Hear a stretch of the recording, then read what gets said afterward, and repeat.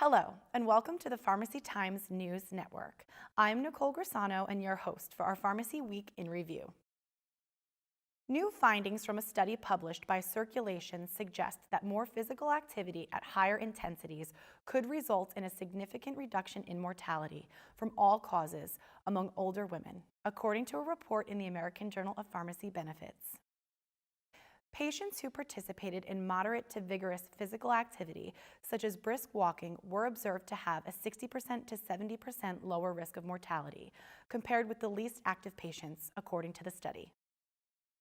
The authors noted that participating in light-intensity activity, such as housework or slow walking or being sedentary, was not independently linked to mortality risk. These findings support the current guidelines that suggest individuals participate in at least 150 minutes of moderate intensity physical activity or 75 minutes of vigorous intensity exercise per week, according to the authors.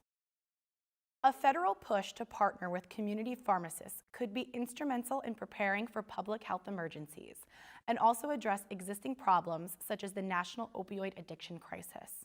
According to the results of a study published by the Johns Hopkins Bloomberg School of Public Health and funded by the National Association of Chain Drugstores, PharmacyTimes.com reported. Titled, Serving the Greater Good, Public Health and Community Pharmacy Partnerships, the paper describes ways to optimize pharmacy's role in public health priorities, including confronting the opioid abuse crisis, fostering pandemic and emergency preparedness, and addressing antibiotic resistance. In an accompanying editorial published in Morning Consult, Stephen C. Anderson, President and CEO of NACDS, and Gigi Quick-Gronval, Senior Associate of Johns Hopkins Center for Health Security, said that pharmacists are already serving as working public health partners for solutions on many fronts. Coinciding with the CDC's U.S. Antibiotic Awareness Week and the CDC's newly rebranded Be Antibiotics Aware campaign, the opinion column focuses on the study's findings related to that issue. A new study suggests that many women with a high risk of breast cancer may not be receiving MRI screening, even when the scan is free and recommended by a healthcare provider. MRI screenings were offered to women in the military healthcare system based on breast cancer risk, but just 23% of patients underwent the exam. Specifically, just 36% of patients with a 30% to 39% risk of breast cancer and half of those with more than 40% risk underwent the screening.